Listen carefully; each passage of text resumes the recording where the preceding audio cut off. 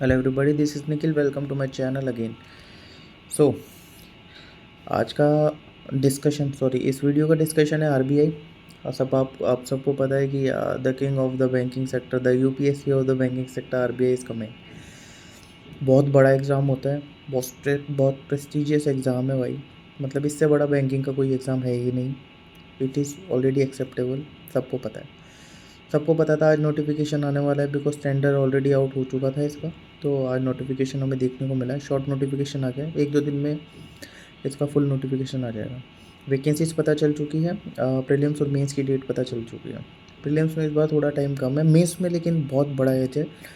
Those who are going to clear pre, उनके पास बहुत अच्छा टाइम मिल जाएगा। तो वो 45 डेज से भी ज़्यादा है, क्योंकि 6 दिसंबर को प्री मेंस लगेगा। अब मैंने आरबीआई पहले दिया था, लेकिन I did a lot of mistakes. ठीक है, तो ये चीज़ें आपको नहीं करनी है। आरबीआई का क्या सीन है ना, आरबीआई के अंदर आप सबको पता है, मैं यहाँ पे बार बार रिपीट नहीं करूँगा। वेटेज क्या है, 80 का जी हो जाता है, 60 का रीजनिंग है, 30 का क्वांट और इंग्लिश होता है। तो देखा जाए तो रीजनिंग और जीए दोनों मिला के 140 मार्क्स के हो रहे हैं। कट ऑफ जाती है 65, 70, 75, यही कट ऑफ है। 2-3 साल का ये ट्रेंड है, सबको पता है। चाहे वैकेंसी 60 आए चाहे 250 आ जाए, क्यों? आरबीआई के पेपर का लेवल आता है भाई, अच्छा पेपर सेट होता है उसका। मतलब आप एसबीआई क्लर्क का मेंस देख लो, या आरबीआई मतलब मेंस लेवल से हल्का सा ऊपर अप्रोक्स मान सकते हो मेंस लेवल एसबीआई का, या आईबीपीएस के क्लर्क असिस्टेंट्स के जो मेंस होते हैं ना, आरबीआई का प्रीलिम्स होता है। और उसके बाद जो उसका जियो होता है वो थोड़ा इन डेप्थ आता है। डेप्थ से मतलब जो क्वेश्चन पूछने का जो वो है ना, मतलब जो रेंज है, वो जिस सेगमेंट से पूछा जा रहा है वो चेंज हो जाता है। जनरली क्या होता है, बैंकिंग में जनरल बैंकिंग आती है, डेज, ऑर्बिचुरीज, ठीक है, अपॉइंटमेंट्स, प्लेसेस इन न्यूज़, ये सब रहते हैं नॉर्मली। बैंकिंग रहती है बट इतना फोकस नहीं होता। आरबीआई में आते हैं आरबीआई के सर्कुलर्स। आरबीआई में पूछे जाते हैं कि कौन सा सर्कुलर कब आया था, क्या डेट है, क्या क्या इम्प्लीमेंटेशन। आरबीआई में आती है कोर फाइनेंस। आरबीआई में बैंकिंग का वेटेज थोड़ा ज़्यादा ही रहता है। मतलब जो कोर बैंकिंग होती है ना, जो सर्कुलर होते हैं, सेबी के सर्कुलर, आरबीआई, टीएफआरडीए, नाबार्ड, नाबार्ड के तो कम आते हैं। सेबी के सर्कुलर्स हो गए, आईआरडीआई के रेगुलेटरी की न्यूज़ेज होगी, क्या चेंज होते हैं, तो ये आरबीआई के अंदर पूछा जाता है। इकोनॉमिक्स से रिलेटेड क्वेश्चन आते हैं। तो आरबीआई का जीए थोड़ा फोकस रहता है कि इस चीज़ पे कि यार क्या चल रहा है, मतलब कोर बैंकिंग जो होती है ना, आरबीआई का जीए होता है। लास्ट ईयर आरबीआई का जीए के क्वेश्चन पूछने का तरीका रिलेटिवली ईजी था compare to the last year. Last to last year तो भाई साहब खून आ गया था आंसू से। मतलब उसका सीन ये था, स्टेटमेंट बेस्ड क्वेश्चंस थे। लास्ट टू लास्ट ईयर बहुत गंदा जी आया था। लास्ट ईयर जी टफ था, लेकिन question asking is easy, one liner थे। मतलब जैसे नॉर्मल आते हैं ना, 5 ऑप्शंस हो जाएंगे, उनको हटाओ। कभी कभी आरबीआई ट्रिक करता है, तो आरबीआई स्टेटमेंट बेस्ड क्वेश्चंस पूछता है। पिछले से पिछले साल क्या हुआ था, सारे ही क्वेश्चन स्टेटमेंट बेस्ड थे। लास्ट ईयर तो नहीं था ऐसा, फिर भी कट ऑफ 60-65 थी। क्यों? क्योंकि टफ आता है। अब ये तो हो गया जीए। जीए करना क्या है, सबसे इम्पोर्टेंट जीए में लास्ट के उल्टा चलना होता है ना भाई। लेटेस्ट मंथ सबसे टफ, वो सबसे अच्छा होना चाहिए। लेटेस्ट से स्टार्ट करो। 3 महीने की अगर बात करें, तो लेटेस्ट के 3 महीने में आपके 60-70% का वेटेज कवर हो जाता है। फिर 4 महीने पे चले जाओ, 5 महीने पर चले जाओ, जैसे भी आपको टाइम अलाउड कर रहा है। जितना आपके पास टाइम है आप उतना पढ़ो, लेकिन रिवीजन पे फोकस करना। यही मैं करूँगा इस साल, ठीक है। नेक्स्ट टॉपिक आता है रीजनिंग। रीजनिंग में भाई साहब 60 नंबर का वेटेज है। 60 नंबर कम नहीं होते भाई। 60 जिसका रीजनिंग में एज है ना भाई, क्योंकि उसमें सब आ रहा है भाई। उसका मेंस लेवल का आता है, सी आर आ रहा है, मतलब क्रिटिकल रीजनिंग आ रहा है। उसके अंदर सब कुछ आ रहा है भाई। क्या बोलते हैं उसको, एक टॉपिक मशीन इनपुट आउटपुट आता है, जो मेंस में पूछे जाते हैं, प्री में आते हैं, सब आता है। और लेवल भी अच्छा रहता है। जो जो 15-20 स्कोर कर लेता है वो तो बहुत डिसेंट स्कोर हो गया भाई 60 में से। ये लेवल रहता है। क्वांट सबसे टफ होता है आरबीआई का। आरबीआई का क्वांट हिलता नहीं है भाई, क्योंकि मतलब जो क्वेश्चन पूछने का तरीका है ना, वो बार बार आरबीआई चेंज कर देता है। मतलब किस तरीके से framing of the questions RBI change करता रहता है। तो इजीली इजी नहीं होता वो चीज़ को पकड़ पाना। लेकिन जिसका क्वांट्स अच्छा है ना, क्वांट्स में बच्चे बस ये प्रे करते हैं कैसे भी करके सेक्शनल नहीं रुक जाए। कईयों के ओवरऑल क्लियर हो जाते हैं, लेकिन क्वांट्स रह जाता है। क्वांट्स में 0 नंबर आते हैं भाई, 0। ऐसा सीन है क्वांट्स का।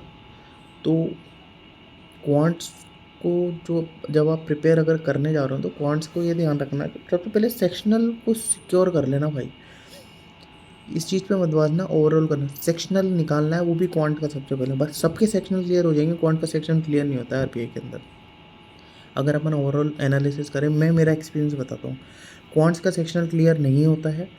अच्छे अच्छे बच्चे बहुत बुरी तरीके से जो है फंस जाते हैं क्वांट्स के अंदर। तो क्वांट्स के सेक्शनल का ध्यान रखना है। कैसे ध्यान रखोगे? जो बेसिक टॉपिक्स है ना, उनको मास्टर कर लो ना भाई। मतलब जैसे टॉपिक्स हो गए, नंबर सीरीज हो गया, क्वाड्रेटिक इक्वेशन कंसिस्टेंटली आता है भाई आरबीआई में। क्वाड्रेटिक इक्वेशन, नंबर सीरीज, ये जो सिंप्लीफिकेशन तो बहुत कम पूछा जाता है, लेकिन फिर भी ट्राई टू मास्टर कुछ बेसिक लेवल के डीआई। लास्ट ईयर एक डीआई आया था भाई, लास्ट ईयर के डीआई मतलब डुएबल डीआई था। तो ये चीज़ आप मास्टर कर लो। क्वांट्स में पहले कैसे भी करके सेक्शनल निकालना, जब पेपर अटैम्प्ट करो तब भी। पहले जब लगने लग गया ना, हाँ भाई 7-8 नंबर आ रहा है, अब उसके बाद ही करना जो कुछ करना है। रिस्क लेने का, जैसे डीआई में घुस रहे हैं और या फिर कोई क्या बोलते हैं अर्थमेटिक का कोई अच्छा क्वेश्चन है, उसको फ्रेम करने की कोशिश कर रहे हैं। तो ये सब, तो ये तो हो गया क्वांट्स का सीन। बहुत सारे वीडियोस मिल जाएंगे यूट्यूब पे, क्या है, क्या वेटेज है, क्या नहीं है, वो सब आप चेक करना। मैं एड्यूटैब से ही पढ़ता हूँ भाई। देखो मैं जी एड्यूटैब से पढ़ता हूँ। बाकी क्यूआरई का मेरे पास एड्यूटैब का फेज़ 2 का कोर्स है, जिसमें फेज़ 2 के सब्जेक्ट्स हो गए, फाइनेंस मैनेजमेंट, ये सब आते हैं। और जीए पूरा ही आता है, फेज़ 1 फेज़ 2 सब कुछ। तो मैं सर्कुलर्स वगैरह वहाँ से करता हूँ। बाकी अफेयर्स क्लाउड का भी मैं पढ़ता हूँ। तो ये तो हो गया आरबीआई का। अब आरबीआई के बाद की बात करें तो सॉरी, ये हो गया क्वांट्स का। अब क्वांट्स के बाद बात करते हैं इंग्लिश भाई उसका मॉडरेट रहता है, मतलब इजी नहीं आता है, लेकिन मॉडरेट रहता है। क्वांट्स सॉरी इंग्लिश 30 का आता है, वो इजी है, मतलब जो ठीक ठाक करता है वो कर लेता है। इंग्लिश भाई प्रॉब्लम बनती कभी नहीं है आरबीआई के अंदर। रीजनिंग में क्या है, आपका स्कोर 15, 16, 20 है तो बहुत है भाई। रीजनिंग का ये रहता है। तो ओवरऑल एनालिसिस ये है कि जीए जो है, जीए को अच्छा कर लो। उसके बाद क्वांट की सेक्शनल का ध्यान दो, और रीजनिंग में थोड़ा कंपैरेटिवली अच्छा स्कोर करने की कोशिश करो। क्यूआरई के अंदर आपको स्कोरिंग 2 होनी चाहिए, एक तो इंग्लिश और एक रीजनिंग। इंग्लिश में तो होना ही चाहिए 14-15 मार्क्स से ऊपर ही जाना चाहिए, मतलब 50% स्कोर करो इंग्लिश में, इसके आसपास टारगेट रखो। और रीजनिंग के अंदर कोशिश करो कि रीजनिंग के अंदर आप एटलीस्ट 20 स्कोर कर पाओ। मेरे भी यार मतलब प्रॉब्लम है, मेरा सबसे बड़ा वीकनेस क्वांट है, और वो ही इसमें हर्डल रहता है। But it's okay, this year we will try to tackle this in a strategic manner, and definitely we will try to clear the phase 1 cut off. मैं डेली एक वीडियो अपलोड करता हूँ। आप सब मुझे फॉलो करो। इंगेज करके पढ़ते हैं ना भाई, मतलब क्या करा क्या नहीं करा कमेंट्स में लिख दिया करो कभी कभी। तो आरबीआई इज़ देयर, आ चुका है भाई। मतलब अच्छा नोटिफिकेशन है भाई। मतलब आरबीआई जैसे पर्क्स और अलाउंसेस कहीं पे भी नहीं है, सब जानते हैं। फील आता है यार, आरबीआई यार दूसरे दिन न्यूज़ में भाई, अखबारों में, घरों में, सुर्खियों में, आरबीआई इज़ आरबीआई। तो अगर निकलता है, इससे बड़ी कोई जॉब है ही नहीं। इससे फिर तो ऊपर चले जाती है दुनिया यूपीएससी पे। तो सम अप करते हैं। मैंने आपको बता दिया कि क्या चीज़ें मैं करूँगा। सब अपने अपने तरीके से करते हैं भाई। मेरा ये रहता है कि सबसे अच्छा करके जाओ जीए को, उसके बाद क्यूआरई में फोकस रहना चाहिए रीजनिंग। इंग्लिश मेरे से वैसे बन जाता है, क्वांट्स को मेरे को सिक्योर करना है क्योंकि मेरा वीक है। कट ऑफ क्लियर करेंगे, कोशिश करेंगे कि निकले, क्योंकि टफ़ रहता है भाई, वैकेंसी कम आती है इस साल। फिर भी लास्ट ईयर के कंपैरेटिवली ज़्यादा 83 के अराउंड वैकेंसीज है कैसे ना। तो आरबीआईएन बनना है तो करना पड़ेगा भाई। इसमें एक कैच है भाई, इस बार का जब पेपर फंस रहा है ना, इस बार का पेपर फंस रहा है उस समय जब सारे एग्ज़ाम्स बिल्कुल लगे हुए हैं। NICLA होने वाला है 14 को, ठीक है। उसके बाद SBI क्लर्क की डेट आ चुकी है, ठीक है। उसके बाद LICAA लगेगा अक्टूबर में, शायद फर्स्ट वीक में ही लग रहा है। एफिस का अप्रैल लग रहा है, 11 अक्टूबर को IBPS का PO का मेंस लग रहा है। जिन बच्चों का प्री निकलेगा वो तो रगड़ेंगे ना मेंस। अब मेंस पढ़ रहे हो और RBI नहीं दे रहे हो तो फिर तो बेकार है। भर के दो भाई, दे के तो आओ, एटलीस्ट एक्सपीरियंस हो जाएगा आपको कि यार भी क्या चीज़ है। मतलब नेक्स्ट ईयर अगर आपके दिमाग में बैठ गया और अगर आपको देना होगा। और सबसे बड़ी बात पता है क्या है, इस साल ग्रेड A आ रहा है। जिन सोर्सेज से आपको पता चलता है वहीं से मेरे को पता चलता है, सुशील सर से। सुशील सर IExam के मेंटोर हैं, XRBI ग्रेड B ऑफिसर हैं, तो उनसे मुझे पता चलता है। तो RBI की अगर तैयारी करनी है तो बहुत सारे वीडियो तो पहले 1-2 दिन रगड़ के दो, स्ट्रैटेजी बनाने हैं। देखो क्या करना है, कैसे करना है, क्या स्कोर जाता है, क्या क्या स्ट्रैटेजी रहनी चाहिए, क्योंकि स्ट्रैटेजी से जाओगे तो कर लोगे। ठीक है। अभी मैं तो इस साल सारे बैंकिंग एग्ज़ाम दे रहा हूँ भाई, क्योंकि RBI पे स्टिक करना थोड़ा रिस्की गेम है।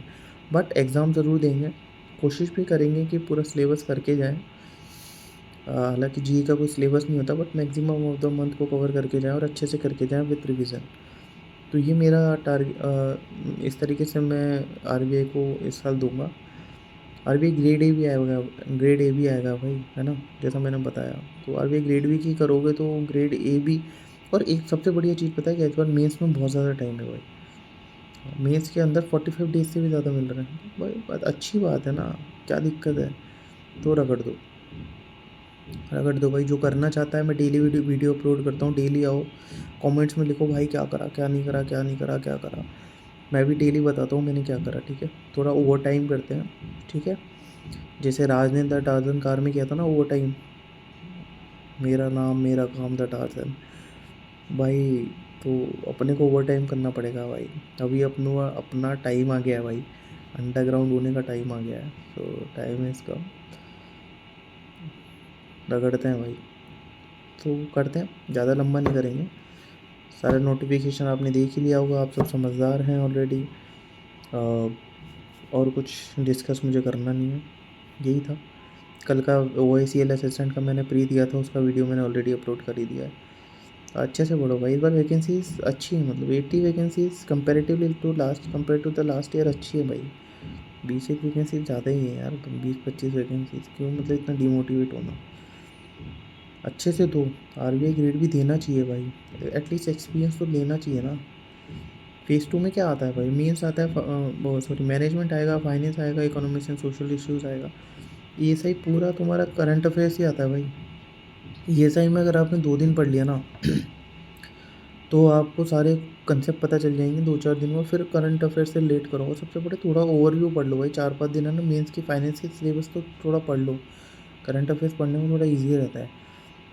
ठीक है, SRR CLR, ये सारी रेपो क्या होता है, रिवर्स रेपो क्या होता है, सब तो ख़त्म करते हैं। लग जाओ भाई, लगभग 30-35 डेज है, बहुत सारे एग्ज़ाम भी हैं। नहीं कोई बात नहीं, जितना टाइम है उसके हिसाब से RBI दे के आएंगे। और डेली मैं एक वीडियो अपलोड करूँगा, है ना, एक्सक्लूसिव, कि यार क्या हुआ, मैंने RBI की तरफ क्या करा आज, RBI प्री के लिए मैंने क्या करा, कितना आगे बढ़ा मैं। 2 वीडियोज़ आते हैं, एक जनरल, सॉरी, जो अब डेली वीडियो आएगा उसमें RBI का भी मैं ज़रूर से डिस्कस करूँगा मैंने क्या करा। तो डेली मैं एक वीडियो अपलोड करता हूँ, फॉलो कर लेना। पढ़ते हैं भाई, है ना, ज़्यादा लंबा नहीं करेंगे, टाइम बहुत इंपॉर्टेंट है, RBI सर के ऊपर है। ठीक है भाई, बाय बाय, टेक केयर, ध्यान रखिए, बहुत पढ़िए। और सबसे पहली बात और सबसे बड़ी बात, खुश रहिए और हेल्दी रहिए। ठीक है, बाय बाय, टेक केयर।